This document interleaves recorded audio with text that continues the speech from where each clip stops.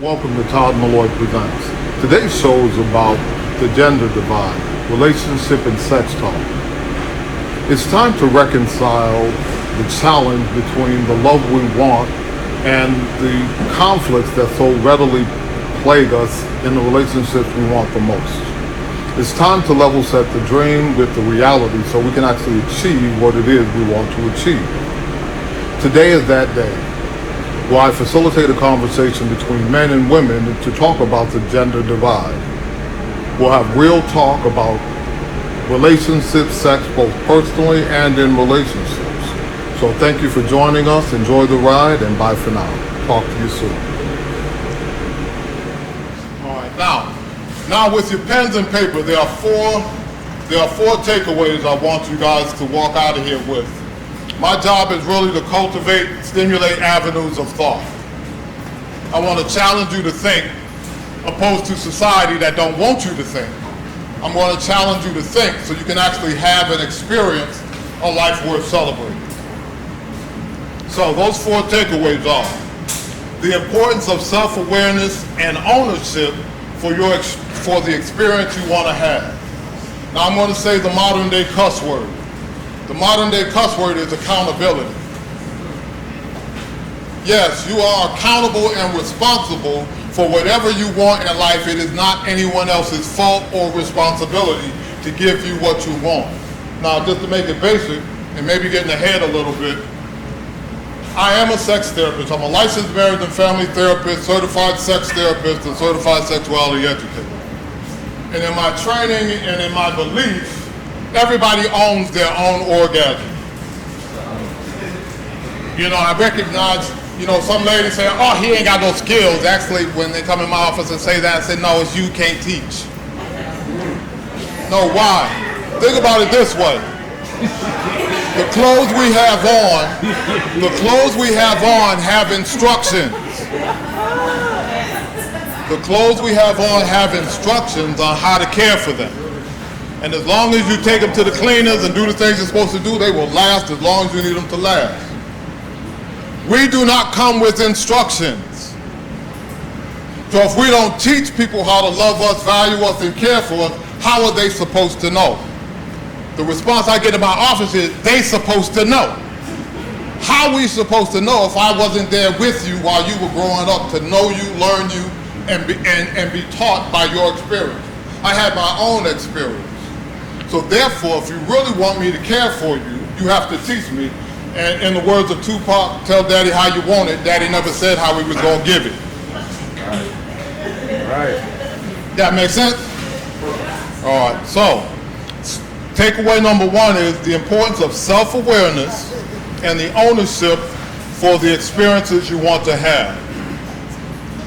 Something very important that's important to me for everyone to take away is being a key factor in your own equation of life. Valuing yourself enough to consider yourself when you're making life choices and decisions. That makes sense? Now, it may sound very simple, but most of us are taught to take care of other people before you take care of yourself. That true? No, that ain't true? Oh, that's good for you, but no, that's good. That's a good thing. Because everybody's not in that situation. But if you do not count yourself, how are you ever going to be your greatest self to actually be the offering you want to be for the people around you that you care about? If you are not your full self, that means everything you do is pale, less than what it is. For example, I use the example, what is Christ less than the Christ? Not the Christ. I believe we've all been called to do a thing, to serve a purpose. But if I do not build my excellence, build my awareness, how will that ever happen and I have the greatest impact in life that I'm supposed to have for my children, for my loved ones, for my friends, or myself? Even though we all like to floss and we look good, not many people talk about their debt to asset ratio because that's the true story. The FICO score will tell you. No matter how you dress it up, that's the reality. Make sense? The quality of your sex life is your responsibility. Now, I'm going to be silly. I'm going to pick on ladies just a little bit. Just a little bit. When you're intimate with someone and you think that he should be 2 meters to the left or to the right, why are you trying to give instructions like a drill sergeant as opposed to take the responsibility, shift your hips where you need to be so you can have what you want? Just a question. Just a question. The fourth is, thank you. The fourth is, the fourth thing I think is always important is we are always, no matter what your situation is, you are always empowered with a choice. You are never a victim unless you choose to be. Now I'm going to say something heinous, but it's an analogy that's relevant. I had a client who was sexually assaulted by choice.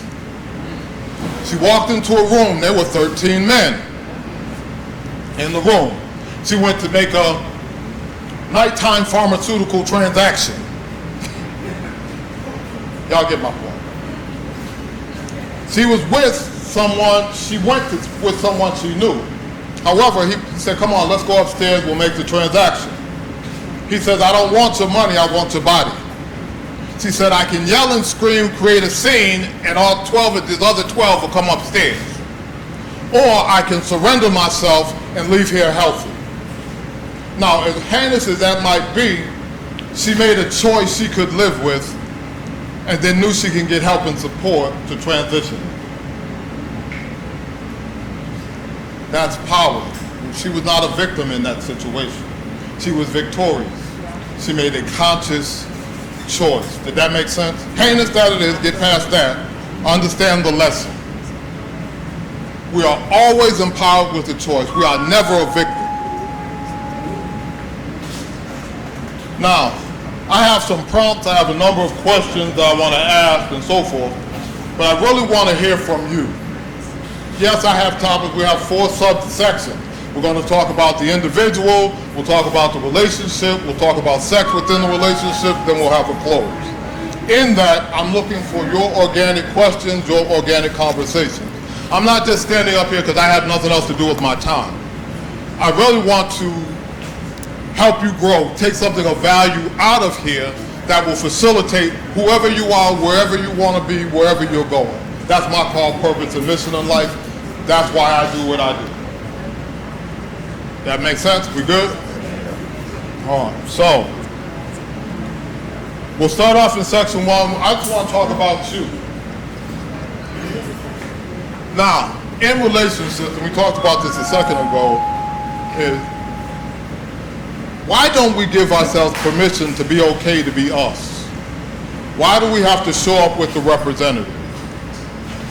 Why me and my perfectly flawed self is not enough to just say, hey, how you doing? I don't start conversations off with, hey, my name's Todd Malloy, I got 13 letters by my name, I own my own business and so forth. I could, because it's true.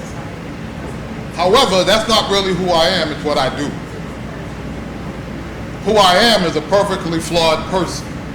Who I am is a human that bleeds, that cries, that does all of these things. I'm not saying that's the lead, but I want to show up more organic because, again, I like to dress, but there's more to me than that. If you look at me, I look like a bull in the china shop. So if you approach me as a bull in the china shop, that's what you're going to get. That's a dangerous dude. However, but for real, why I'm so dangerous is because I'm a fragile dude. And I got to protect it. So as opposed to looking at me and saying, okay, let me size this brother up and this is who he is, why don't you take the time to meet? But if they really want to meet me, I have to be willing and trusting enough to introduce that person to a significant other, to a potential. Because at which point that person actually accepts that person, Todd is actually going to be fed. Did that make sense? That makes sense? Yeah. All right, cool. So the first question is, why is the representative necessary? Because I'm ready to kill him. Why can't we just go off and introduce ourselves? Hello, allow me to reintroduce myself. Why is that not possible in modern day society? The answer was in your question. Look at deep. Okay, deep. Thank you. Go ahead. Because you don't want to be vulnerable. You don't want to be hurt. So you don't want to put yourself out there before. I don't want to put myself out there before I know what your agenda is, who you are. Right. But let me ask you a question. Okay, that's fair. I don't want to be vulnerable. I don't want to present myself until you present yourself. But now if the other person feels the same way, you both front. Right. But my point is this. Think about this. Everybody's grown. I like talking to grown people. Why? Because real talk is there are no such things as new emotions for us. Not fair? By this stage in life, we've experienced every emotion humanly possible. We've been disappointed, we've been hurt, we've been shamed, we felt guilty, we felt all of these things. Why do I have to protect myself when I've experienced those things and I've beat them and won? Why? Because I'm still here. Why am I allowing those things to keep me from what it is I really want? Because hurt, pain, and shame happens to everybody probably for the rest of your life in some way, in some fashion. But it's never destroyed you. Why are you afraid of something that you have beat your entire life? Right, my reaction. Is that a fair? No, but it's a fair question. No, that's how I feel. Right. It's like at this point. I don't know what she's loud enough. It's for the audio. Oh. In my experience, I'm at the stage in my life where I don't know. I'm not going to allow myself to be hurt like that. So I'm cautious. Right. I'm cautious. I don't want to hurt you. Right. No, but even being cautious, remember, what we have to do in life is when we have experiences of pain, of shame, of hurt and disappointment, I recognize we want to be guarded, but really what that is as opposed to be caught up in the emotion of it, is what is the lessons that I am learning? Real talk, most of us, whether men or women, have come across the red flags. The red flags we ignore.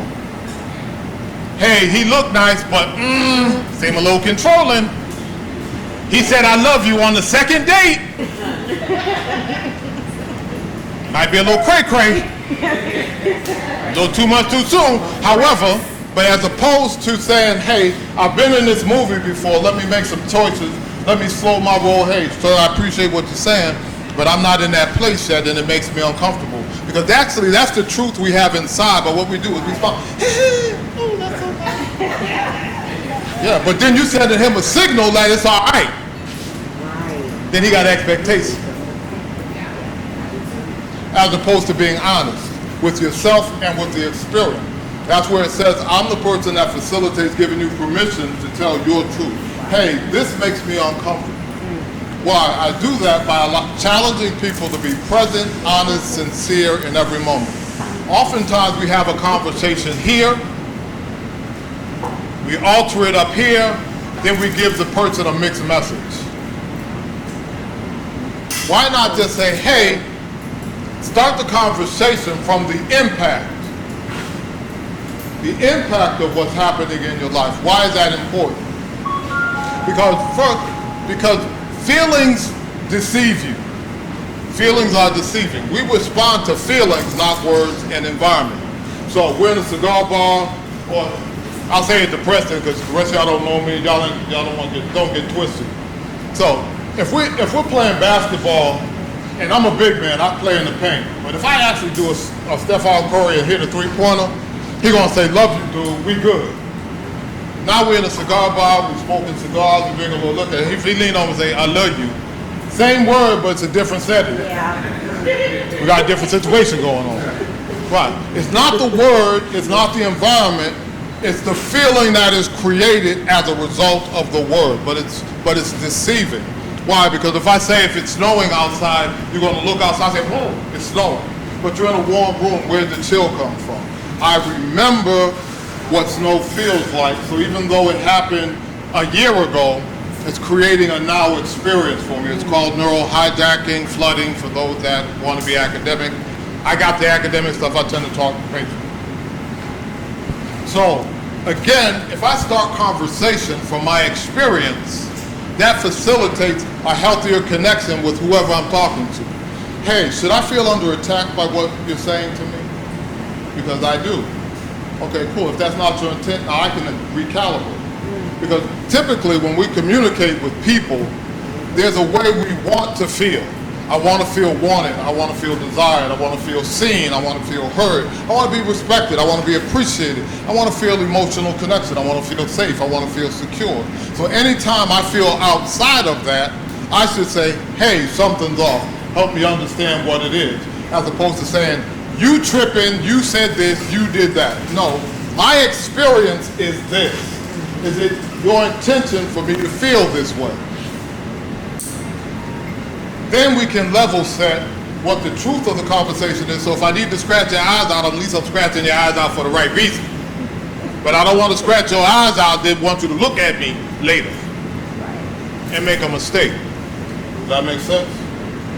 Think about it this way. Yes, ma'am. No, so I see. I just wanted to, because I'm like, wow, this is deep. Say it again. You didn't have to say you were going to get this deep. No, I'm loud. I'm loud. But I will say, to piggyback off of what she said, so like my answer yes to your first question is yes. So society. So somehow society like says, hey, we're supposed to be perfect individuals, and so we aim for perfection, right? And so with that being said, we don't feel as if the next person should have any imperfections, and so we are, hey, this is just talking about the average person, because I'm so not the average Joe.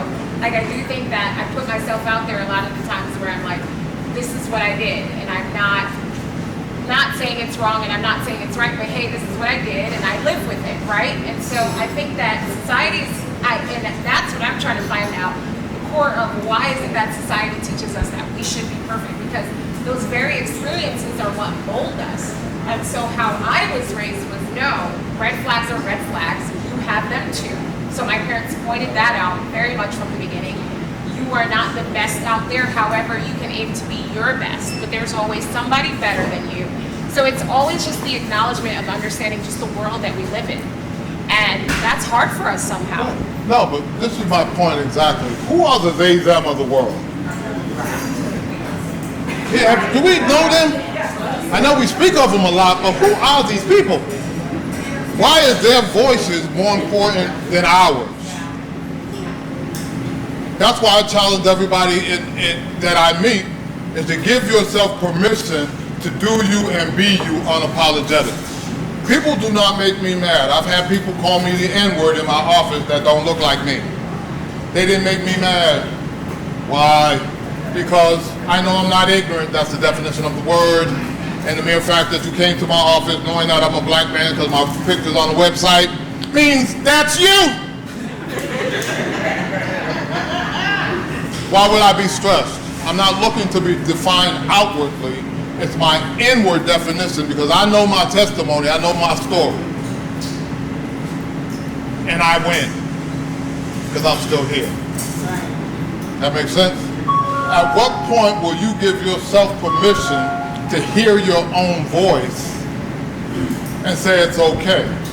Now, the reason I don't have issue with people, because I give everybody the right to be who they are. Whoever you are, I ain't mad at you. Why? Because therefore now I'm actually free. If I give you the freedom to be who you are, I can be who I am unapologetically. Because I'm not trying to box you in, and I won't let you box me in. That fair? Yes, ma'am. When you talked about your representative, sometimes you show up kind of as your representative, because I want to give people pieces of me in layers. I don't want to give them the total. I want to give them in layers, and the more I know you, then I'll peel back the layers. But therefore the representative still isn't necessary. I give you the layers that I'm ready to give you. I'm still giving you me, but layers. We're all layered people. Now, so you can meet, hello, how are you? My name's Todd Malloy. I can use my daddy's broadcast voice and da da da. But then you recognize once you say, okay, you seem safe. Hey, what up? How you be? The first day you meet me, you get very professional Todd. By the third, fourth time, we folk. But that's the layers, but each of those layers are authentic to who I am as a person. So as long as the layers are authentic, then it's okay. Right, as opposed to the posture, the pomp, the things that everybody wants to see. That makes sense? Yes. Why dumb yourself down? Why are you not good enough to present? Who told you you weren't enough? And what makes them an authority about you? And that includes your mama and your daddy. Because, now I ain't talking about your mama and them, but I am. But they did the best they could with what they had. It may not necessarily be all of what you needed, but that's okay. My mother I could diagnose my mama. But I understand my mother's testimony, and as an adult, I can reconcile how I was raised with who she was and recognize she did the best she could to love me. But at the same time, we do have to exercise certain coping. It's not working. Say it again? At the same time, we do have to exercise certain coping mechanisms because this is a society that we live in, especially as African American people, right? Like, everything is not acceptable for us. We have to wear a mask when we go to work. We have to wear a mask in certain situations.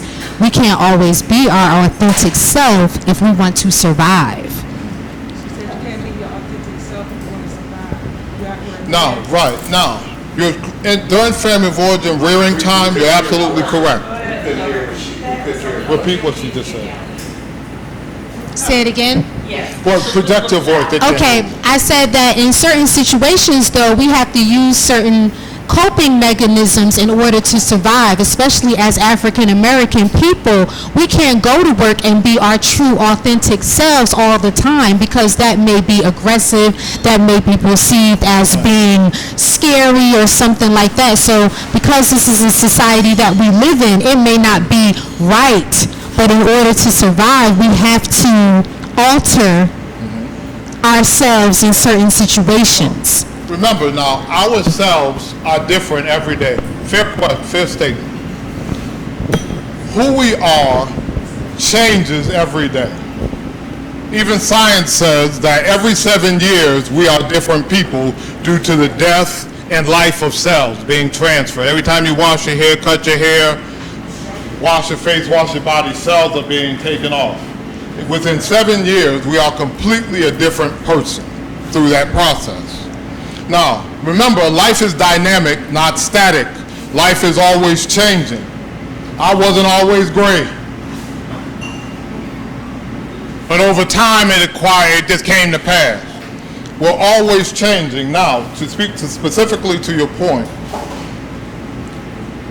I spent 30 years in corporate America. That's why one of the reasons I do what I do, because that was just to survive that's Satan, as far as I'm concerned. And being black in corporate America ain't fun. And I've done it on a lot of different levels. Now, I recognize you got microaggressions. I recognize that whether it's your parents, mom and them, and so forth, you don't just want to wreck people. But I was taught when I was a kid, you know you're an adult when you can tell people to go to hell and they look forward to the trip. Like Southerners, for those that are Southerners, when grandmama say, bless your heart, we know that ain't a good statement. She calling you a fool. But when she say, bless your heart, it sounds real nice. Grandmama got skills. And what I'm talking about is elevating our game. What it is that I may not be able to cuss you out, but I can be factual. I can keep email trails. I can do other things to get my point. I survived 30 years in corporate America, and I left how I wanted to leave. Why? What is that? I went in naive. My parents had a 9th grade education, or my grade by my mama. She had a 9th grade education, so I was the first one to graduate from high school, first one to go to college. So obviously when I got to corporate America, I had no clue what a Wall Street Journal was. So they're holding conversations, and I'm sitting there lost. You know, I'm waiting for them to talk about basketball or something I'm familiar with. However, with all of that being said and all of the different things that I heard and were told to me in uppity end that don't know my place, you don't smile enough, you scare the people in the office, all of those things, I've learned to acquire to be very factual and be extremely professional. This is the environment, I'm on this field, how do I play this game, be authentic to myself and still win? That means now I take all emotion out of it and I become factual. I do paper trails, I do all of the things that they respect. So now when politics happens, I say, excuse me, referring to the email that you sent me on September 10th at 4 o'clock, and you made this statement subsequently, if you notice my response on January 11th, whatever that is, yada, yada, yada, yada, yada. I don't call you out, but then my boss will come back to, he said, you did that so well, and I don't think they recognize you cussed them out. What it is that that's an opportunity to grow. And we can still be authentic, but I don't have to be ratchet to be authentic. I don't have to be rude. I can be politically correct and still make my point. Am I willing to elevate my game? Am I looking to expand my mindset and my awareness? Because I think, and this is not a religious service, but the Bible says, study to show thyself approved, workman need not be ashamed, rightly dividing the word of truth. That means we should be studying, we should be challenging ourselves to grow at every moment.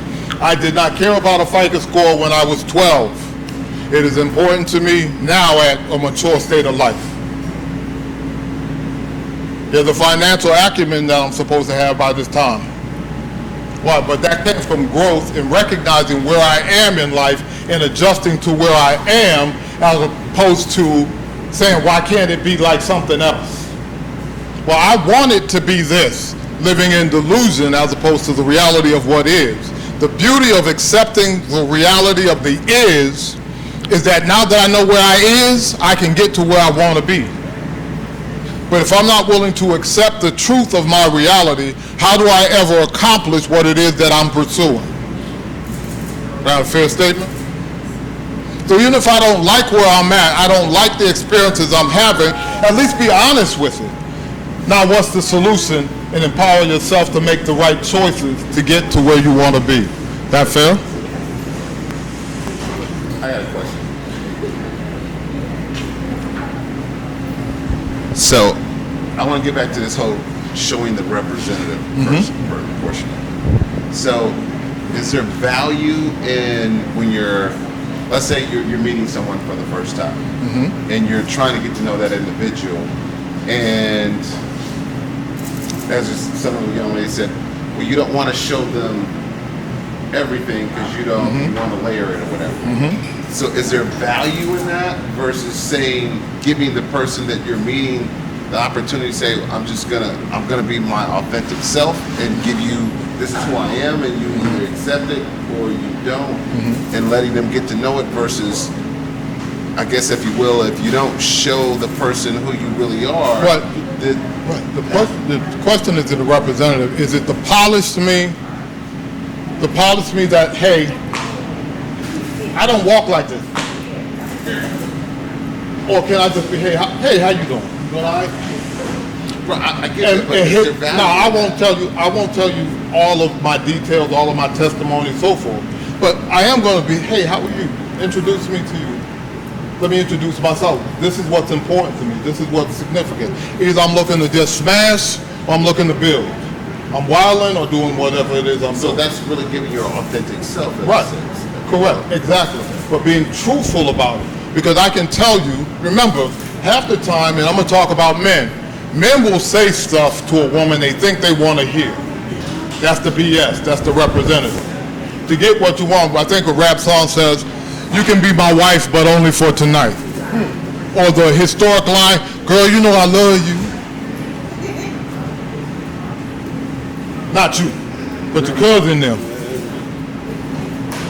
That's the representative. It's posturing in a manner which is not truly who you are. Hey, I'm still building, I'm still growing. Emotionally, I think I'm ready for a relationship, but yet I have some burdens and some challenges as we're building. These are my issues. I'm very clear about what my issues are, but I'm going to tell you what my issues are So we can come up with a way that we can be each other's helper. I share mine, you share yours. So now we can collaborate and we can build together and actually achieve what it is we want to have. But can I be honest with myself about who I am and where my shortcomings are to communicate those to you so I can really have what I say I want to have? And because at the end of the day, based on attachment therapy, we all want to be accepted for who we are. Acceptance first comes from us accepting ourselves, but then wanting to be accepted as our authentic selves by somebody else. But if you're not going to offer that, when will that ever be addressed? That fair? Any other questions? What is it that you really want to feel in a relationship? How is it that you actually want to feel? I think men and women are different. Let's find out. Let's give a man and a woman an opportunity to say. So in my opinion, I could be wrong, but I think a man's value is him feeling respected. Respect equals love in a sense, in my opinion. I could be wrong. Now, I can't speak for a woman, but I think that's how men receive love from a general sense. Well, look, but the way you're saying it infers that you don't think women respect men enough. No, that's not what I mean. I said inferred. I didn't say you said that. That's not the word that came out of your mouth. I understand. Don't worry, I ain't gonna have nobody jump on you. I got you.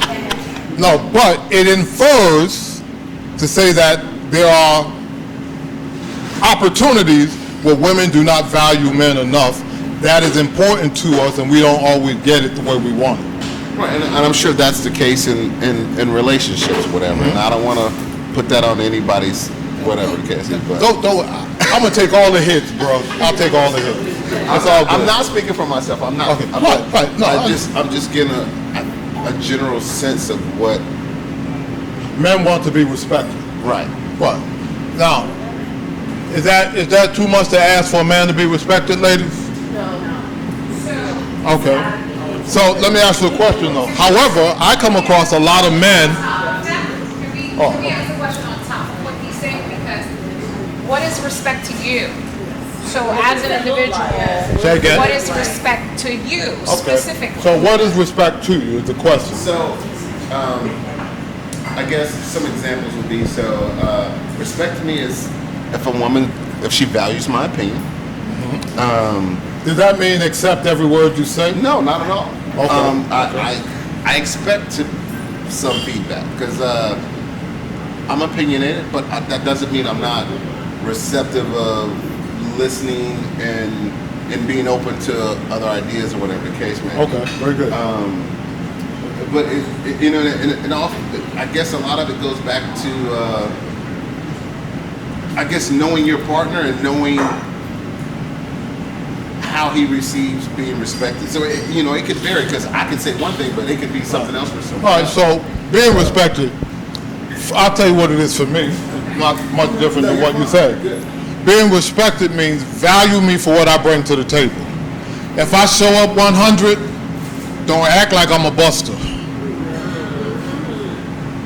Because I'll have to remind you. Don't get it twisted. Because if I come 100, I want to be respected for the 100 that I give. You summed it up perfectly. That fair? Now the question is, what challenges ladies, women, hold on, fellas, is respect okay for y'all? You want to be respected? Number one on my Okay, list. cool. All right, good. So, what hinders a woman's ability to respect a man? Security. Control, lack of honesty. Lack of honesty? That's a given. Okay, that's cool. Inconsistent behavior. Say again? Inconsistent behavior. Oh, ooh, that's a big one. I hear that a lot.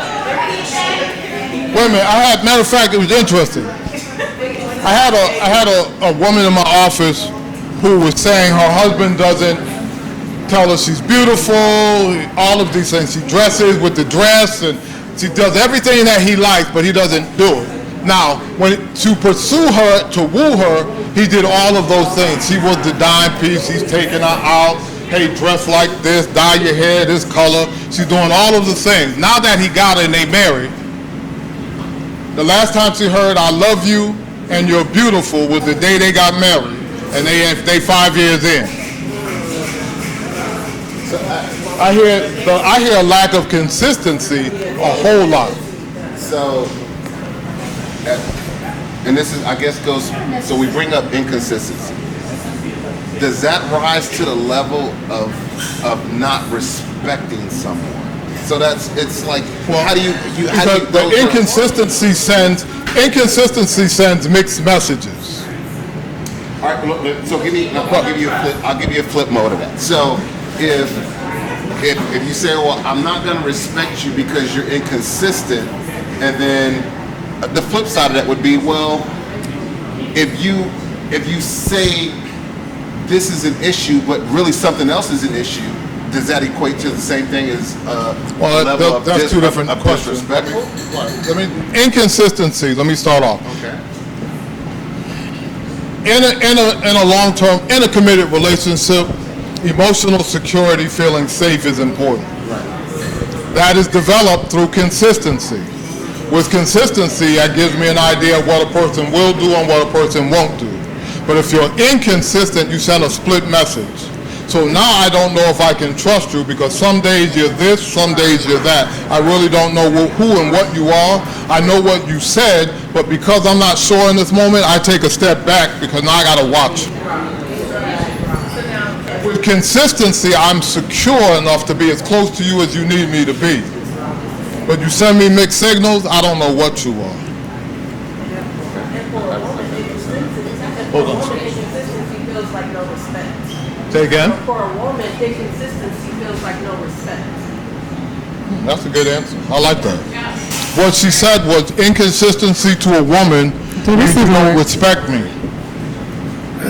Okay, so I wanted to kind of revert back to it a little bit, and it could be for married or single.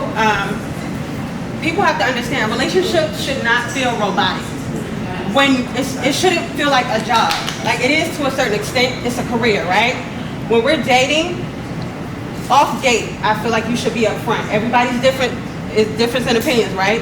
You said something to the effect, which is very, very substantial. You may have grown up a certain way, and I may have grown up a certain way. You have to take it into accountability, yes. But a lot of times people do change over the years, right? Correct. And it takes that right person to bring that out of them. Because I'm not the same, if I was your daughter, I'm not the same daughter as I am to my husband, right? Correct. So this man, that goes to confidence. People saying consistently, I'm confident that you're going to be the leader. I'm confident that I'm going to send you. Because you've done the things consistently enough to demonstrate but that too. also, me as a woman, I want to make my man feel comfortable. It's not just about just him. It's about us, right? Correct. So this relationship, it should have friendship. It should have trust. And if you're spiritual, but spirituality, you got to make sure God first and covering you, right? But at the same time, my main thing is don't make it feel robotic because then you're going to lose the love. Baby, you used to tell me you love me. Sometimes you may not even have to tell me. It could be a rose. It could be just you hitting my butt. You know what I'm saying? But I know that you're doing that. Like, whatever the actions are, right? So, and that helps not take away attention. Now you're not on Facebook or anything scrolling for whatever I'm lacking because we have that mutual understanding. We're not losing what we spoke about. And then people go back to, oh, well, I told you I was like this in the beginning. No, but there's room for change. Do you want to build with me? Do you want to grow with me? Do you like in finances? Okay, boom, I'm strong here. And if we don't know, we figure it out together. It should not be robotic. We friends first, build that foundation, and we figure it out together. But you gotta know, you have to know, is this what you want? Are you ready for a relationship? Or do you just want somebody that just take care of you? You see what I'm saying? Right. And that's for women and men. Because men are just as much. A lot of men are taught, don't cry. Yeah, you can be strong, but God didn't give you no tear ducts for nothing, right? You want to be able to confine your woman, right? So, and that's just my opinion on certain things. Like, it's a career instead of a job. Me gonna start cheap. Right. So,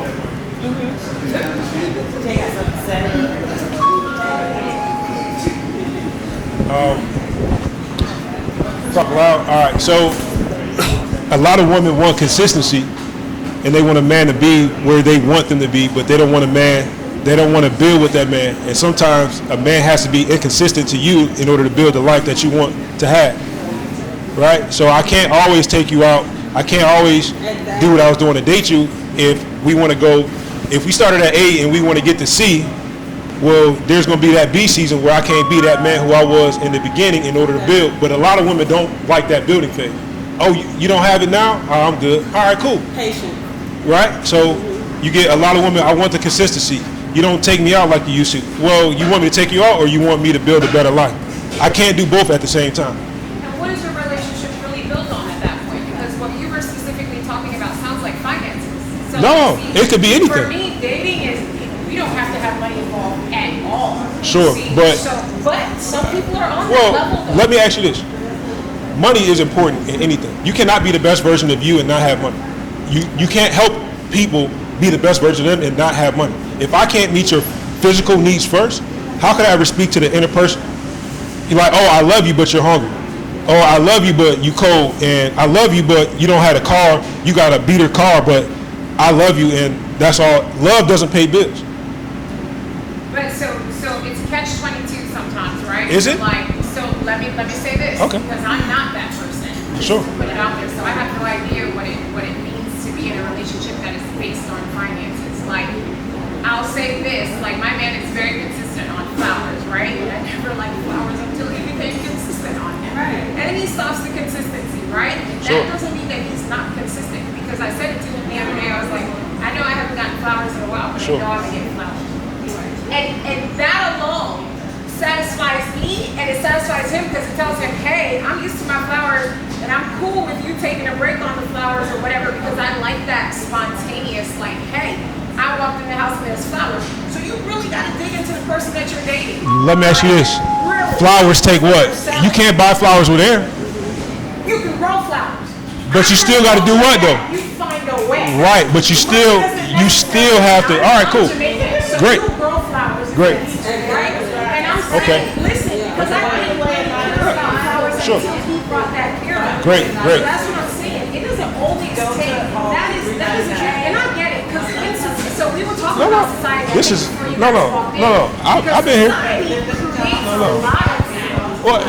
I'm sorry. No. I gotta buy you this car. I gotta pay your bills. I gotta. Let me listen. For me personally, I feel like you should bring something to a relationship. Right. Now, In order to grow flowers, you gotta have land. But you have to own the land. let me do. Hold on. One second. You can be creative. Right. Now, You can go make a pot out of wait a minute, hold on. We got a whole lot of amens about what you just said. Right. Now, What we're saying is find a way and don't make an excuse. Find a way and not an excuse. So, wait a minute, hold on. That's a fair statement. That is a fair statement. Let me, I take it. 1 second. You're making a fair statement. First and foremost, Red said something. One second. Lady. This ain't Mary Povich. We ain't doing Mary Povich. Hold on. Now, Red said something very important. I agree with the consistency. All of those things, that's important. It's how you communicate the consistency and the transitions in between. Because it allows you, One thing that you did say, the flowers is an example that we have. Baby, I've been giving you flowers every single week. Right now, as we build, it may not be every week, it might be every other week, or it may be once a month. But guess what? You communicated that. So you're consistently communicating while we build. Some things may have to be curtailed, but not eliminated. But we've had the conversation. right. So here, and I don't want to beat a dead horse. Right. But so I put out a situation about, so an example. So if I said, all right, what is going to make you the best person you can be in this relationship or whatever it is? How do you receive love or whatever it is? Whatever that is. You say, I receive love by you giving me gifts or you being consistent. And that is your way of receiving love. Now, if I say, how do I receive love? You ask me that same question, I say being respected. But what you, and I'm just telling you what I heard, what you did is you turned how I receive it into your version of how you want to give it. And so an example of me, and this is what I mean. So when I say, and there's levels to this, as it is relationships. So if I say I receive love by you giving me respect and treating me, respecting me, and you say, well, I'm not going to do that because you're inconsistent, that doesn't rise. Hold on, let me make my point. Let me make my point. That doesn't rise to the level of not respecting me. If I'll give you another way.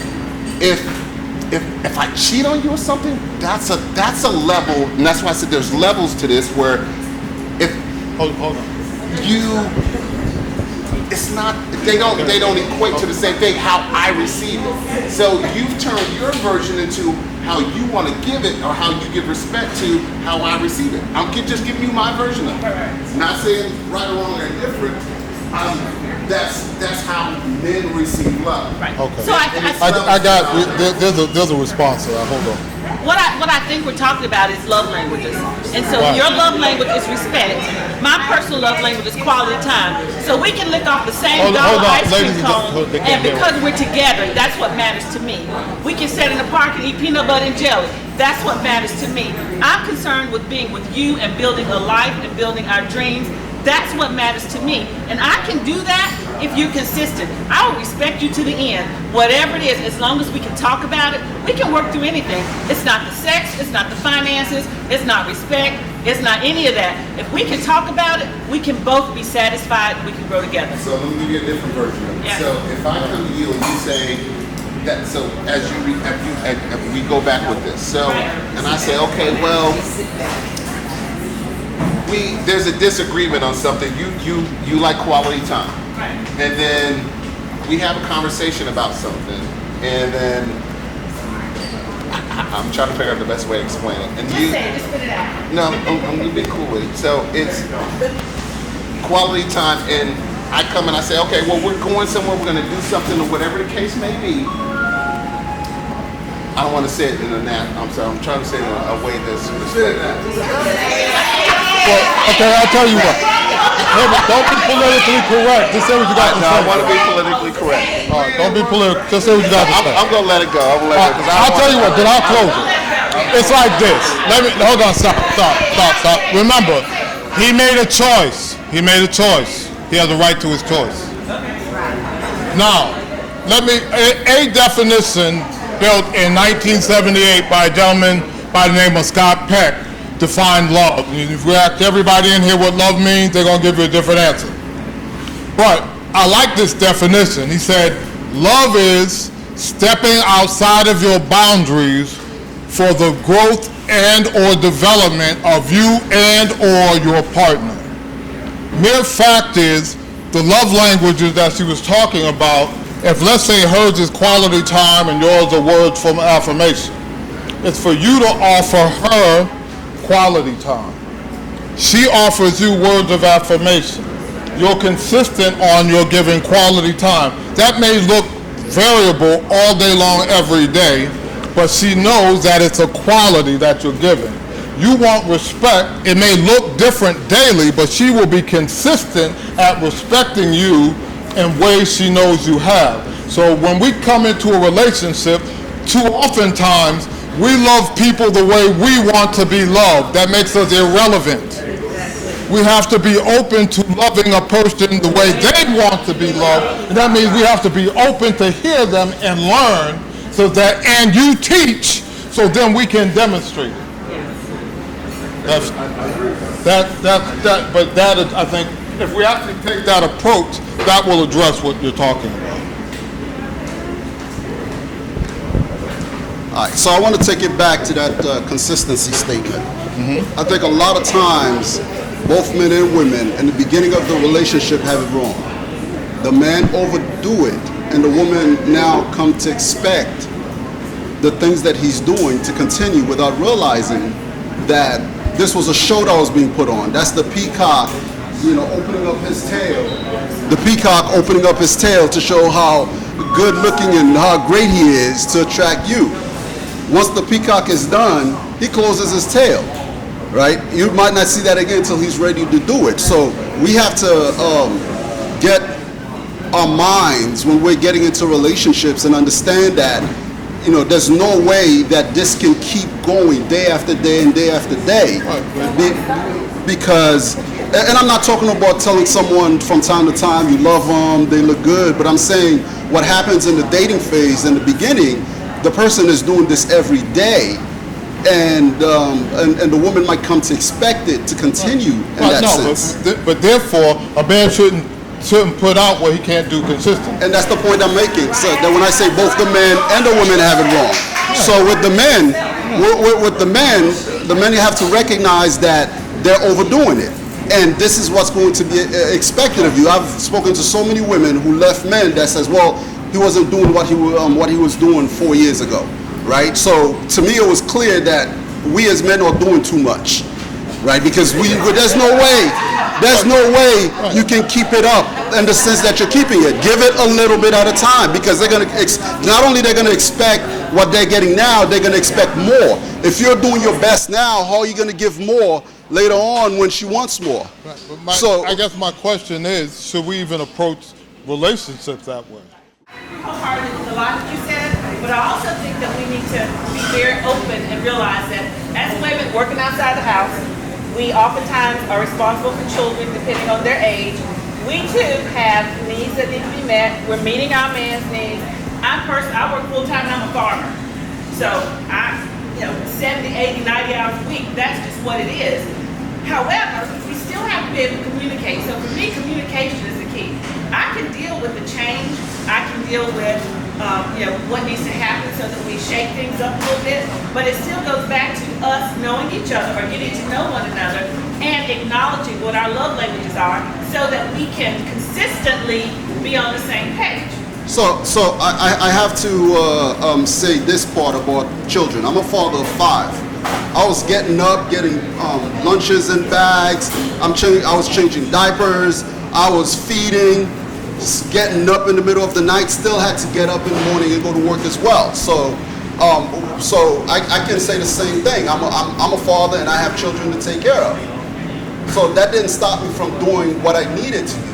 So the bottom line. In the midst of being functional, you still have to focus on the connection. Right. The functional part of it is only as strong as the two of you, as strong as the emotional connection between the two people. Right, and that's the point I was making. People are choosing the wrong people to build life with based on the wrong criteria. So you have to go back, re-examine how you're choosing the person you're with and why you're choosing them, right?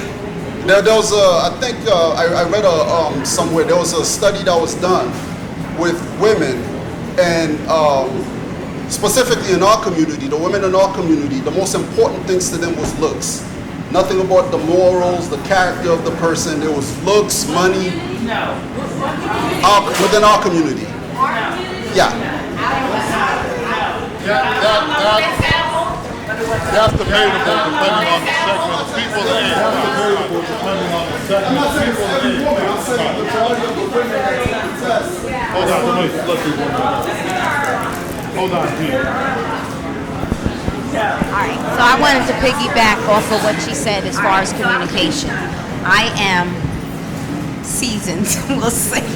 Anyway, I've learned from each relationship. What I've learned in my experience is you need 3 things for a successful marriage or relationship. You got to have a foundation, which means y'all have something to build on.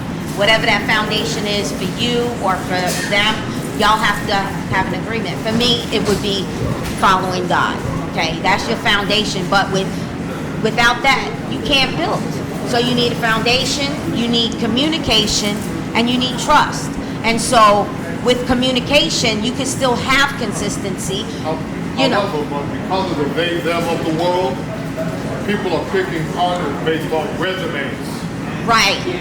You got the right FICO score, you have the right profession, I have the right profession, we look good on paper. I hear it all day, every day.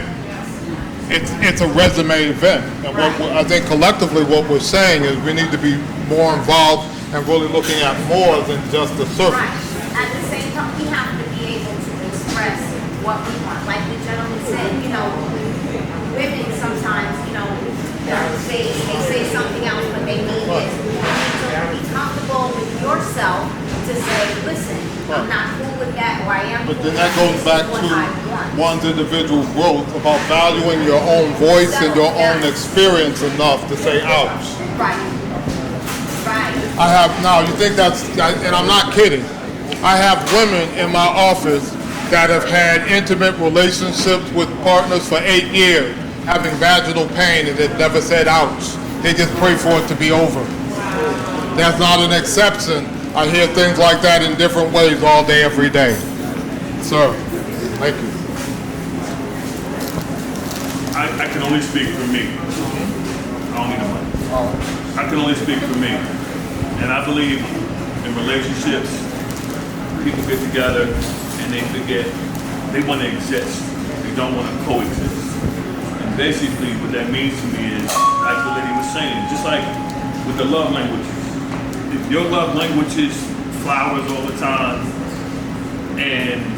but mine is security, making sure you're safe, you're gonna feel I'm not loving you the way you want to be loved. I gotta be man enough to say, you know what? Flowers will take care of the situation. Let me give her flowers. You know, that's the coexistence. And a lot of people don't do that. A lot of people want to be in a relationship and still want to be an individual. And you can't. There's certain things you give up. At least I was taught, there's certain things that you give up when you get into a relationship. Certain things you give up when you have children. You give up children, it is no longer about you. It's about those kids. When you marry somebody and say, hey, this is what I'm gonna do, I'm gonna hold you down and go by all these vows, which is what people don't understand. To me, a marriage is a business. It's a contract that you sign, which means you have to follow these things, or if not, guess what we end up? We end up in court. And in court, I'm taking half your shit. No, I want to build on what you're saying. Think about this. We're taught to be excellent students. We're taught to be excellent professionals. But nobody teaches us how to be intimate partners. You got pieces and parts, I got pieces and parts. Let's throw them together and hope for the best. Now, to his point, my perspective, and I said this, we should work 24 hours a day, 7 days a week. Let me explain. Our 9 to 5 is where we figure we go to work. Then we come home and feel we coast because you just supposed to know. Work is a system which includes people and money and systems. We know we work, it creates a quality of life for us when we go home, which is people, money, and systems. If I'm working over 9 to 5 in that system, from 5 to 8 o'clock in the morning or 9 o'clock in the morning, I need to work in another system. Now, why? Actually, I think when you go home, you work harder than you do your 9 to 5. Why? It's because there are ingredients at home that don't exist at work. Work ain't personal, it's strictly business. That's why they do you the way they do you. At home, there's emotions, we got love, we got sex, we got all of the other additional ingredients. So these systems and processes are more complex at home than they are in your 9 to 5. So to his point, it's about healthy communication and willing to put in work, not coast. It's to learn how to fight together and come together to remove the barrier, not allow the barrier to divide the two of you. Yes, ma'am. I wanted to go back to what you said. Compromise is a very, very good thing. A lot of mistakes that we all make, we go into it with an expectation because this person treated me like this, I'm going to go over here, I'm going to have this guard up, which is very, very, it's kind of bittersweet. You're more careful, but you can't treat that person because they might not be that same person that this person was, right? So a lot of times us women, we harbor up, certain things. The men be like, what's wrong? Nothing. I said nothing. Nothing. But then if you don't ask me, so you don't care? You know what I'm saying? So it's like, we gotta understand it's communication, compromising, and also understanding we gotta come with change. She said something about, just for an example, oh, well, I know that the way he loves me is by giving me flowers. If you know your man loves you, and this is just from an example, I know that's just one of the many ways that you love me. Say you miss a week. Okay, baby, I know you still love me. You still showing me my affection and my love. You might be tired. Sometimes men go through a lot of mental things that not only, they got two things against them. They black and they a man. You see what I'm saying? So then when they come home, they don't want this You ain't this. My mama ain't do it like this, but I ain't your mama. I ain't your daddy. You see what I'm saying? So you got 10 qualities, but because he's missing one that possibly it could be worked on, you want to go to plan B, right? And now you got different type of soul ties with plan B for this compromise and all of that was over here. That's something that could be worked on. So I just wanted to say something. You know, that's certain things that could be, you know, workable. It's just the type of person you're with as well. That goes back to being able to learn how to communicate. Exactly. That means starting conversations from my Exactly. experience, Exactly. not my intellect. Right. So it's like this. If I have an experience, I process that experience in my brain. The words that are coming out of my mouth is not a pure signal Right. from my experience. It's about sharing. It's not the flowers. It's the effort. It's the intentionality.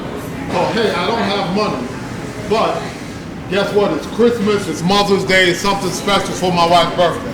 But I do have enough money to go buy some construction paper, buy some cheap paint. Me and the kids will put our feet print and our hand prints on the card and say something real sweet and loving because we broke in this particular moment. But it's still a gesture of love, affection, and appreciation, which would be received. Right. It's even though there are obstacles and challenges, it's how you address them about the issue, and addressing them in a manner of which, in a manner of which they can see and receive. Okay, I'm gonna do a combination of a few things. She said that we're seasoned, and I think that is part of it, is that many of us are seasoned / jaded. So when we walk into these relationships, we doing what we did with Bubba or Susie back here, instead of taking the time to learn the new individual and finding out what makes them, like you said, if she wants flowers, then that's what I'm gonna do. I'm gonna give her flowers. That's about learning that person. And we some of us are coming in trying to do what we did with other people instead of taking the time to learn the person that we're with. So now to your point, hold on one second. I want to speak to that point. I have this saying, every time you meet a new person, you're a virgin.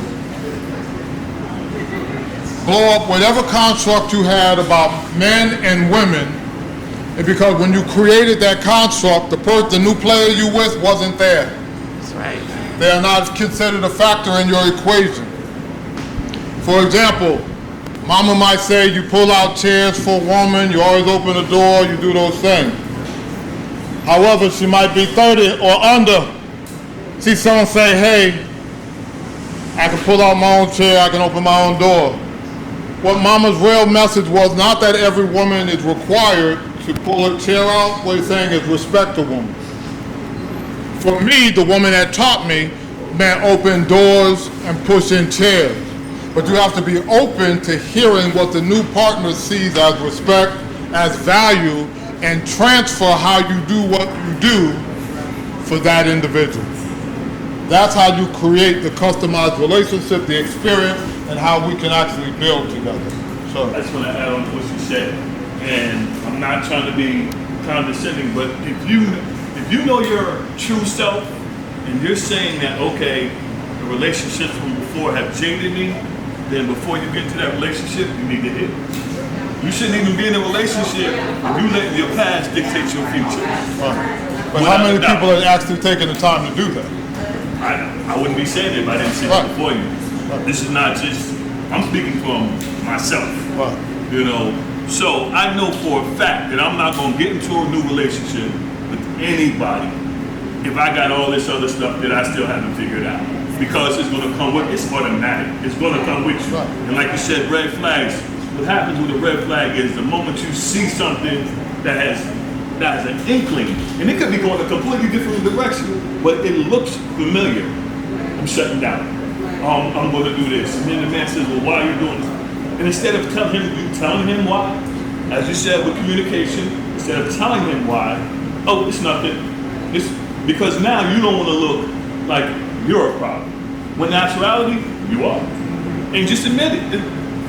People are so afraid to just be themselves and say what it really is. Like, and that's why I say I can only speak for me, and I'm going to be like, I don't give a fuck with nobody. I'm me. You either accept me as I am, or guess what? The same way you came in, you can go. And there's no hard feelings. None whatsoever. There's no hard, I'm cool.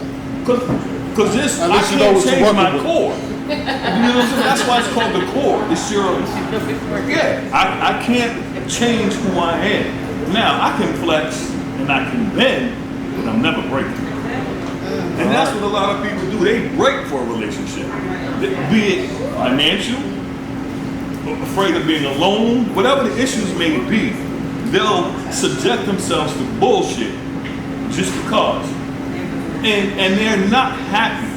You know, I had a friend, and it's a female, by the way, too, and I'm talking to her, and she wanted to leave her husband. So I'm like, why don't you just leave him? She was like, well, he takes care of the house, he gives me money, he does this, he does that. And I simply said, you can leave him because all you care about is the things that he does for you. Not once had you said, well, he makes me smile. He makes me happy. She's not counting herself as a factor in her own Exactly. equation And of that's life. what you have to do. You have to know that you're important enough to say, you know what? Fuck this shit. If you ain't gonna give me what I need, I'm gone. And it works for women as well too. And women do it more than men, and it really bases back to what he was saying. It's finances. Finances set the tone. I don't care But that's what nobody lesser. says. That was true for period. Research shows that's lesser of an issue now because women are more financial. And I don't mean to be candid based on research, but research is what? 100 people? It's not the world. We're dealing with a lot of different people, you know, and everything has changed. The stuff that happened before, like you hear women say, well, my grandmother was married for 99 years, hypothetically. Okay, but do you know the shit your grandmother went through? You don't know. All you know is that this is what she did for all this time. How are y'all receiving that? I see nods, I see shaking of heads, and I don't know what that means. They scared the shit out of them.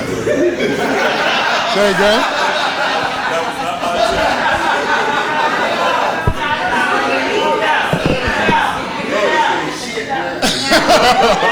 Like you said, I'm just No. That's it. So I guess he dropped the mic. Everybody was just quiet and nodded their head. Yeah, hold on. I don't disagree with you when you spoke. I just was like, I'd rather you come real. So I know this is true love, right? But sure, but I want to. I'm not going against what he said at all. Can I say Wait, hold on. You're an anomaly. You said, You're an anomaly. Because they're not. You're an anomaly. You're different. Some man to come work. right, no. Yeah, we're an And this is why, like, nobody wants it. Like, and so I would challenge you, and honestly, for all the men that are in here that are not in relationships, I would actually challenge you to do so. Because I have friends that walk, female friends that walk that same walk of life. Oh, you broke, I'm not told. And you know me, I'm like, let me wash my hands of it, right? Because each is his own. But like, I would challenge you guys to really truly do that. Because at the end of the day, money isn't the security. And again, I believe that in a relationship, two should come to the table with something. Not just one. Not just, oh, you're the man and my security, you pay the bills. Because that's not it. Because if he fall down, Right, because if we fall, and if we both And fall, respective time, I just want to. He made a very good point, and I would ask you this. You said that's no longer the issue because women are more financially secure. Great point, right? But what I also see is the financial secure woman is also the single woman most of the time, right? You have a lot of women that make their own money, and they're too independent to be interdependent. So they enter into a relationship and don't know how to submit properly to the man. Not saying submit in the way like I'm disrespecting you, I'm doing this. It's like, yo, a man is still a man. I'm just saying. I see it a lot. I see a lot of women that like, I got my own money. Great, have your money. I don't want your money. I don't care about your money. Do you know how to be a lady? Do you know how to be a woman? Right? Showing them though, that makes them say, I have my own money. So what are you actually? What is your conversation at that point? It has nothing to. It really goes back.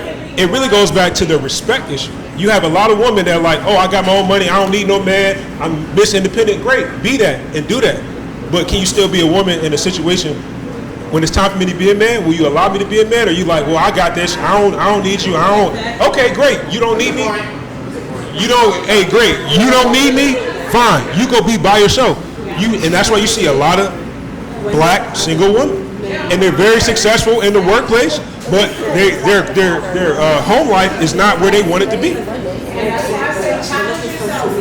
I'm just hold on. You got a big stir, but I hear the stir. So who's going to say something? Okay. Wait a minute.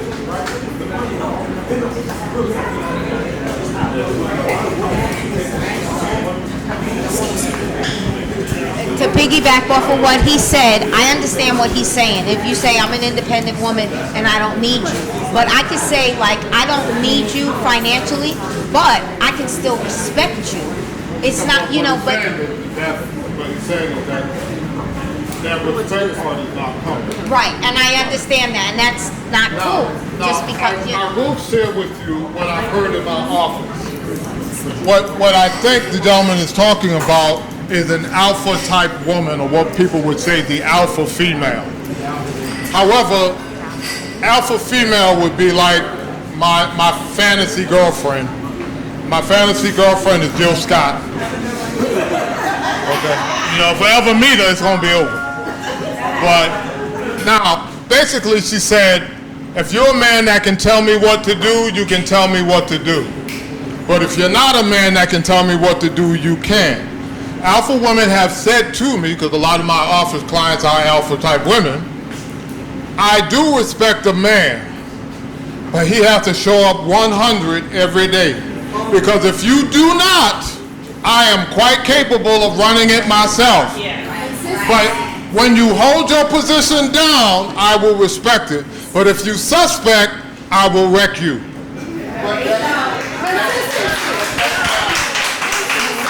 I'm just sharing what's been said. Say again? One. Hold on. He has a response.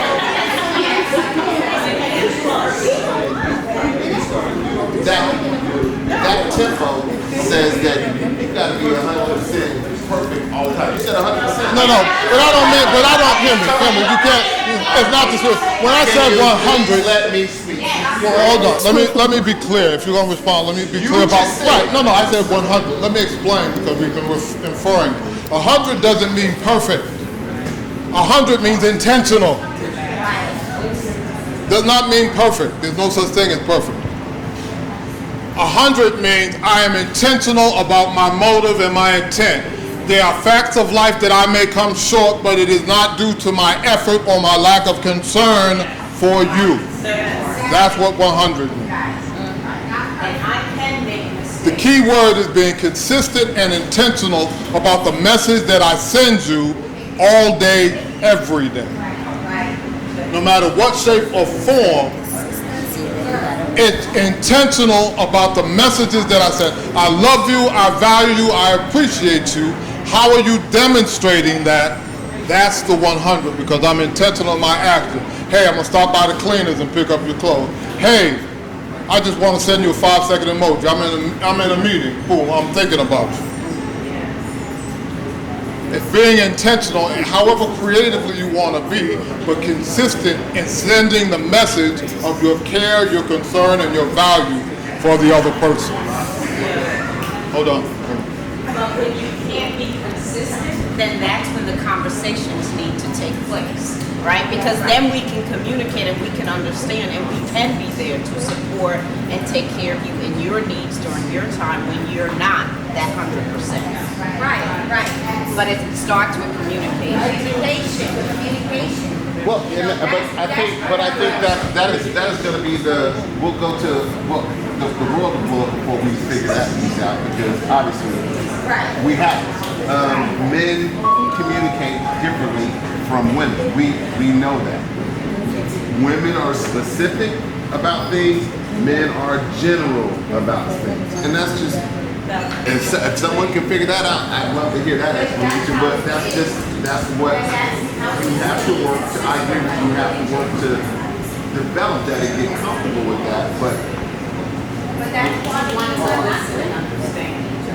I do have something just to kind of piggyback off of the communication, because it all circles back and we all say communicate, but we have to understand that we have to communicate in a way to where our partner can receive it. Yeah. So just because you say something and you tell your partner something, that doesn't mean that they're actually receiving it in a way that you mean it. So you have to understand by learning how they comprehend things, and they have to also be open to listening and understanding as well too, and you have to figure out those dynamics in order for your partner to actually receive what you're trying to communicate. Once you set those bases, then you can kind of weather whatever you're dealing with. And at the same time, I think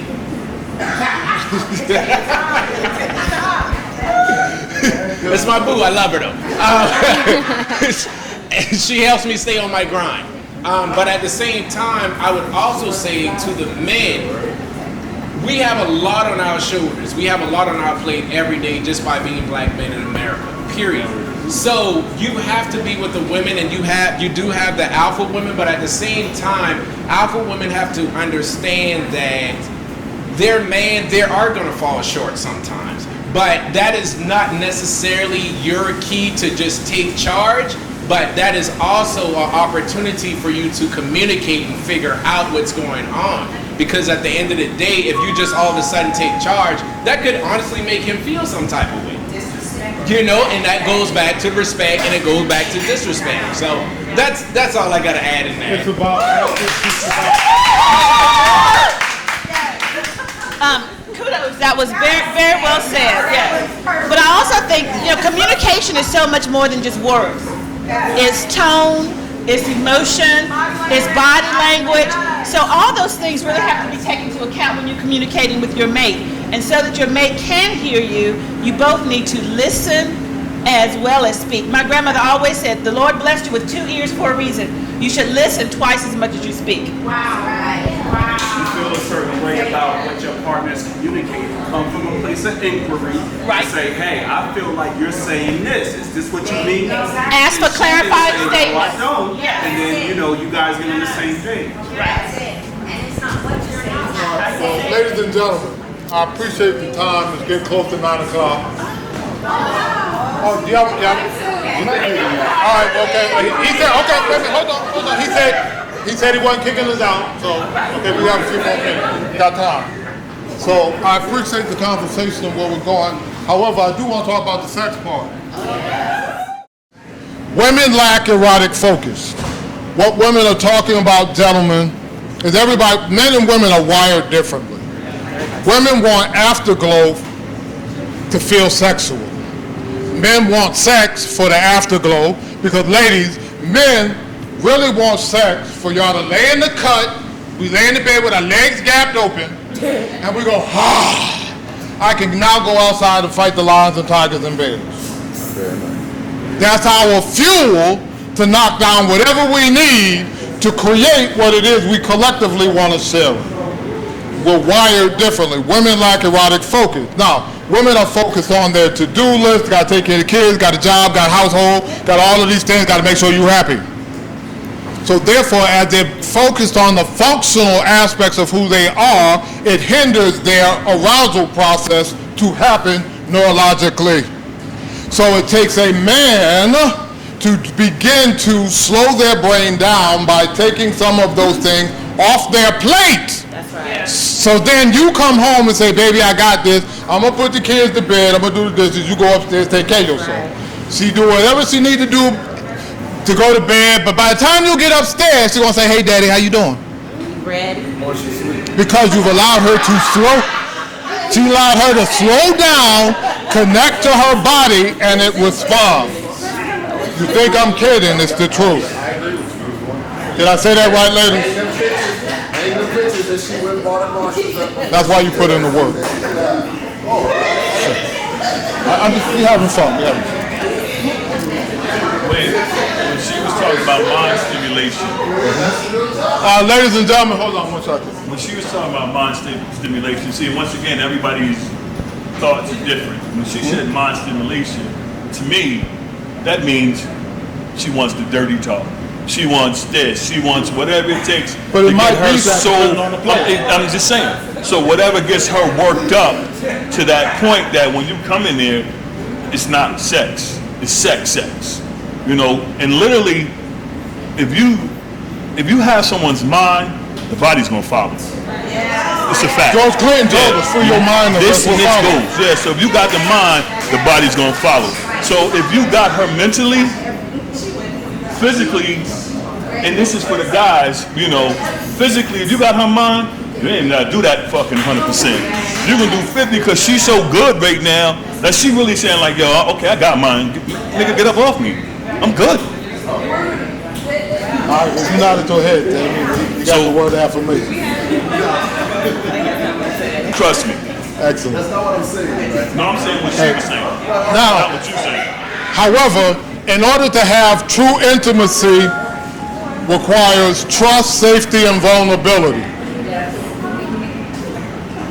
What would it take for you to be vulnerable?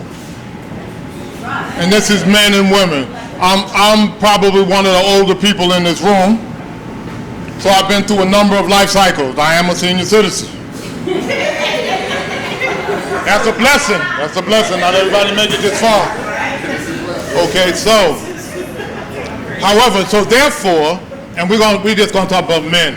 You know, after you get 40 or after 30, your testosterone level starts to drop. So men, just in general, at 30, we're supposed to have our testosterone level checked and tested. That will be the baseline for the rest of your life, such that if there's a shift or a change, doctors know how to handle you, such that you get back to that prowess. We're not taught that, but I'm saying it out loud so you begin to understand that. However, after that, you get about 40. Your wife is going to come see me and say, I think either my husband's having an affair, he don't find me attractive, I'm not sexy anymore because he ain't knocking it down on the regular like he used to. Because men can't say, hey, I got some issues. Because you remember, we start at 12 o'clock. And we all proud, we 18, you know, we see an attractive teacher in class in high school and it's just, you don't want to get up. But then as you get older, you hanging around somewhere about 10 o'clock and you pray it don't drop to 9. When this is happening, we do not communicate this with our partner, which creates relational issues. What would it take for you to be vulnerable enough to talk about your transition? Why? Because actually, if you're that vulnerable and she demonstrates that she's there for you, your body will work. Because what messes a man up, and when he says, excuse my language, oh shit. When you say oh shit, your body turns off. As opposed to, hey baby, I'm having a little issue. And we talk and she said, that's okay baby, we can just cuddle. And we can fondle. Why? Because the largest sex organ is not limited to the pelvic region. The largest sex organ is the skin, from top to bottom. Why? Wherever there's a nerve ending can have a rippling effect and stimulate you sexually. So therefore, my midsection might be having an issue, but if you rub the back of my head just right, talk to me nice, whisper, maybe nibble on my little ear, now I ain't thinking about my penis will do its own thing. But as long as we suffer in silence and not have those communications, it creates the relationship issue. Why is it in a relationship where I'm theoretically already naked and unashamed, why do I have fig leaves on? Why can't I just tell the truth? What's stopping us from being vulnerable? Fear of embarrassment. Yes, ma'am. I was telling you there's just two things. I think the problem is now, it's bittersweet, but women are the new men of 2021. Like, it's okay to be independent, but know who and when to be submissive. That don't mean yes, a master, yes. You got to understand and have that communication. Now you're not allowing them to be a man. So that drives a wedge between a relationship. And keep people out your business. Your mama, social media, you can't tell everybody your business. It's between two people. Correct. You can, like, it goes back to what we were all saying. Don't just be like, okay, because that's how I wasn't raised. It's compromise. This is what is turning you either on or off. So it's like, if you want to be with me, you're going to make changes for the better. I'm not trying to change you, but just be open about it. You know, introduce me to some new What's stopping things. us from being open? There's something telling us not to be. What is that thing? Right. In reverse to what we've been talking about the whole time, being your authentic self. You're not strong in your position, you're not going to be able to admit your flaws. And admitting flaws don't make you weak. It just is what it is. We all have them. Because like you said, nobody's perfect. Right. So admit it. No, when you admitting something is like an atonement. And once you atone with it, you feel great. When you know you got something that you need to say it. What's going to happen? Good, bad, and different. It is what it is. You know, like that's just how I look at it. Right. Now, but for those that aren't that transparent, which there are some, I know y'all, not y'all, but I talk to people. What is the thing that stops your voice? What is it? Say again? Pride, insecurity. I don't think it's just pride and insecurity, right? There is an element of that, but that's not just it. You mentioned earlier when you made the statement about mama did the best she can. That to me means there might have been trauma from your childhood and trauma throughout your life, and especially within a lot of black men, there's this attitude of I can't show weakness. And that trickles down to our women too. So both sides are looking at each other. I can't show weakness, therefore they're not trying to be vulnerable to each other. And that is the biggest part, because then that means we're both stopping ourselves from having what it is we want. Right, and not just that. The point I'm trying to get to is that a lot of times people are getting into a relationship when they should be seeking counseling first before they get into the relationship, so they won't have those issues. You know, so there's a lot of trauma that people are not handling, and they bring that into the relationship, and they hide it, and it ends up ruining the relationship. In many families, and this is not just for African American, we all know about family secrets, right? Those family secrets are the barriers that hinder us from having a quality of life now. We're going back to our point. Now that we're adults and we're no longer in those situations, why can't we address and take responsibility, accountability for creating the experience we want, so I can have a life worth celebrating? Because just because my parents may have only had a ninth grade education, that doesn't limit me to a ninth grade education. I agree. So with choices and decisions that I made, I wasn't always a therapist, but along the way you recognize you got to come up with a legitimate hustle.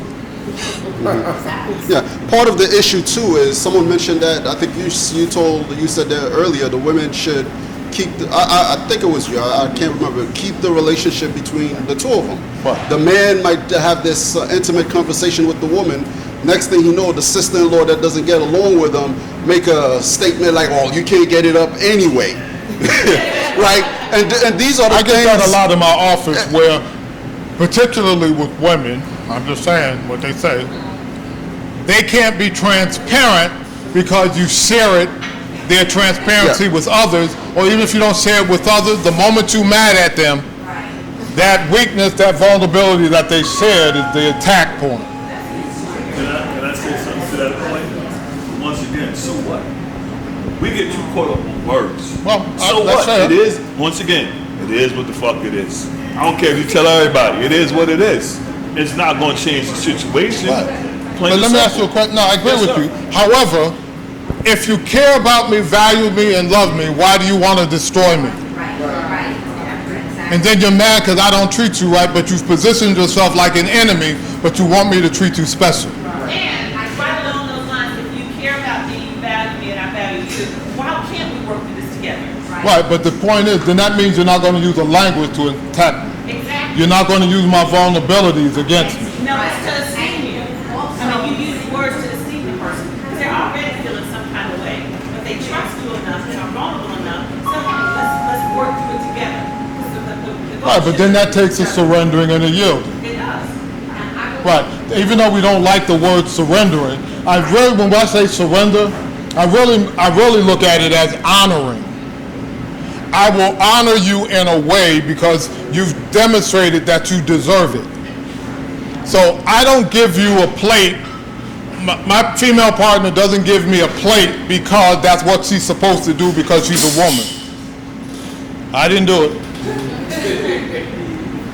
Well, she does it because of what I have demonstrated and reflected in her life, and she feels I deserve that, and that's a demonstration of her saying I respect you for what you bring to the table and your consistency. It's about honor. Whether a man is surrendering or a woman, it's about honoring the role, the position, and the execution of the person you're with. Is that fair? I got to take umbrage at part of what you said. Say again? I got to take umbrage at part of what you said. I disagree with part of what you said, right? Okay. The part that you have to demonstrate for them to bring you a plate, right? So from the minute the man... It goes both ways. Right. That's what I'm getting at. But that has to be said because it leaves the impression that the man has to do all this work before he gets something. So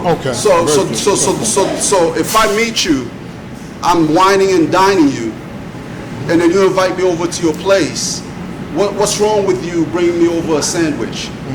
Right? I would do the same for you if you came to my place. So we shouldn't say that it's oh well you have to do all of this work for you to get that. That's a given. We give and take in the relationship. Well, let me clear, and I'll apologize for this up front. I run with the understanding that in relationships we basically have to recognize reciprocity is a requirement. It's a give and take. When you move, I move, just like that, like the Luda song. So reciprocity is good. So to your point, yes, I show up, I demonstrate, but equally the only reason I'm still in the house is because she's been doing the same thing. So to your point, reciprocity is very important in relationships. It may not show up the same way that you do it, but it has to show up in a way that you can see it, smell it, feel it, and taste it, so you can have the experiences you want to have. That fair? That fair? Now, I'm going to ask you, this is an important question. Where did you learn how to take care of your partner intimately? Where did you learn it? I watched my mother and father do it my whole life. Okay, cool. Right, I watched them do it their whole life. They were married till my mother passed away. I think she brought up the point about, one of you brought up the point about if the man falls down. I remember in the 90s when the jobs started getting shipped overseas and my dad lost his job. My mom picked up the slack. And when he got to work, he got to work. But at the same time, when she lost her sight, I watched him weigh on her hand, anything she needed, he was there doing all of that. So, and for me, that's what I learned it. I didn't learn it from watching TV shows or, if you're sitting there watching What's Happening or Good Times and you see them fighting all the time, that's what you think a relationship is, fighting all the time. But I didn't grow up with that. In fact, it wasn't until a year ago that my older sister, when I told her that, I never heard mom and dad fighting, she said, that's because you didn't wake up at 4 a.m. They didn't fight, but they used to talk while they thought they were asleep. But she said, I used to set up my alarm clock to wake up just to catch something. That's what she did. That was her pastime. But for us as the kids, we didn't grow up seeing fighting and you this, you that. I didn't see any of that. But okay. I learned mine from the point. Say again, please.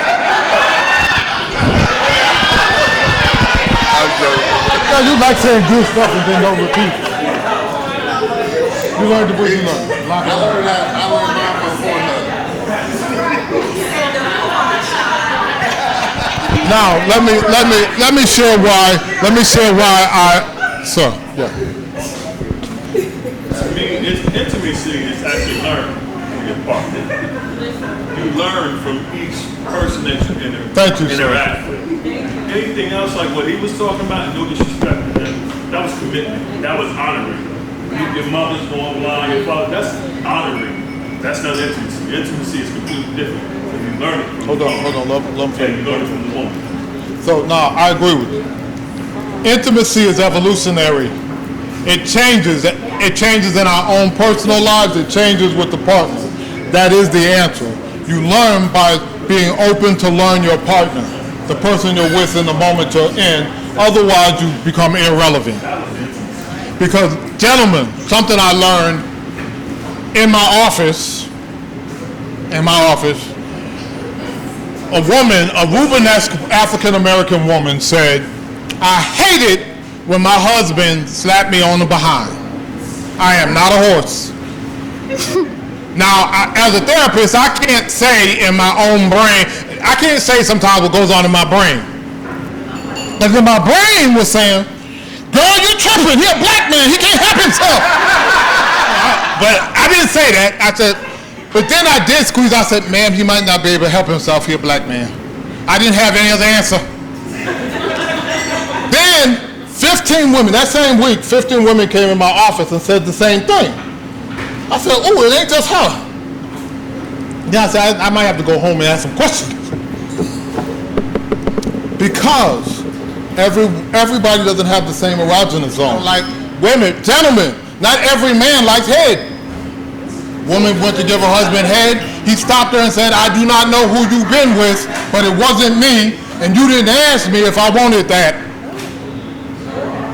Don't use old skills on a new player. Because therefore you ain't doing me, you doing them. Did I say that right? I don't agree with it, but I understand.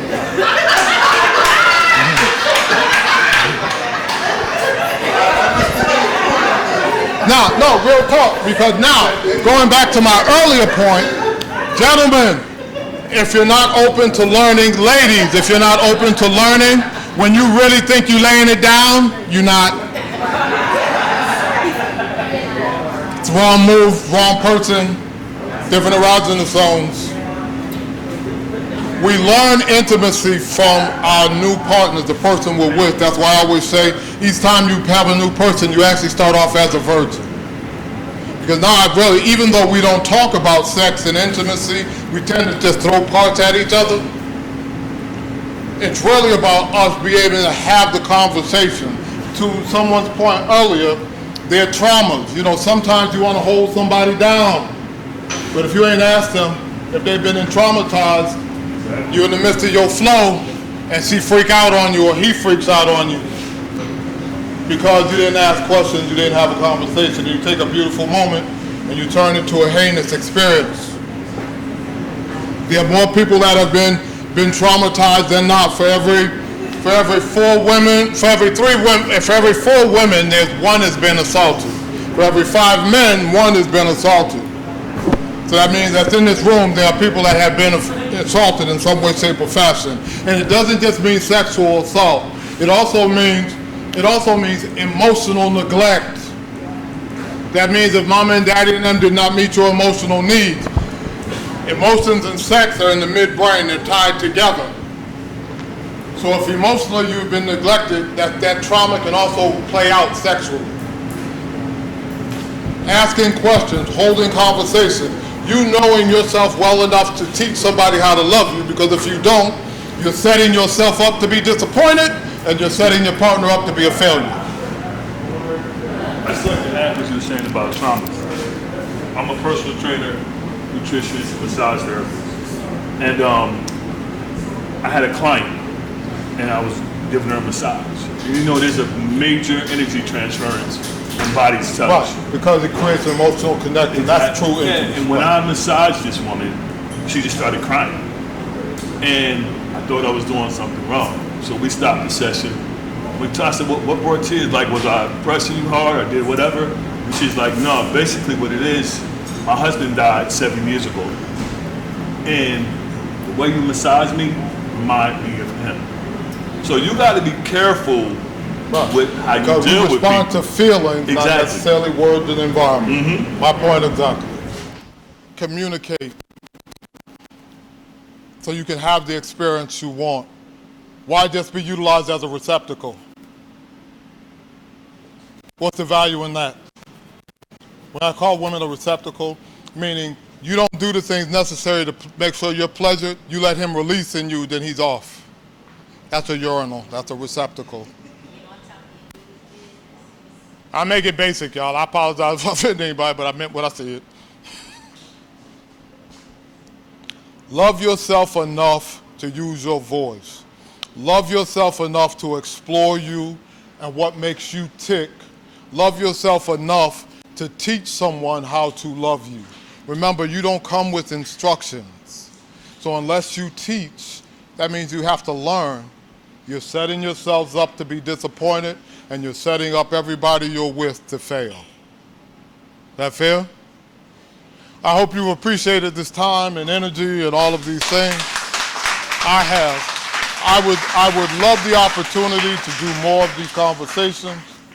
So you can go on innerpeacecounselingcenter.com, toddmalloy.com, either one, send us an email. If there's specific topics you want to talk about, from as far as relationships, sex, things of that nature, that's what I've been doing the last 30 years. Actually, I'm the first African-American sex therapist in America. Yeah, I'm an oversized Dr. Ruth, basically. So take advantage of it. I'm here. I'm in Huntersville, not that far. And again, I appreciate your time, energy, talents, all of those things. And I hope you walked away with something. And if I can be of service to you in the future, please feel free to reach out and touch. We good? Thank y'all very much.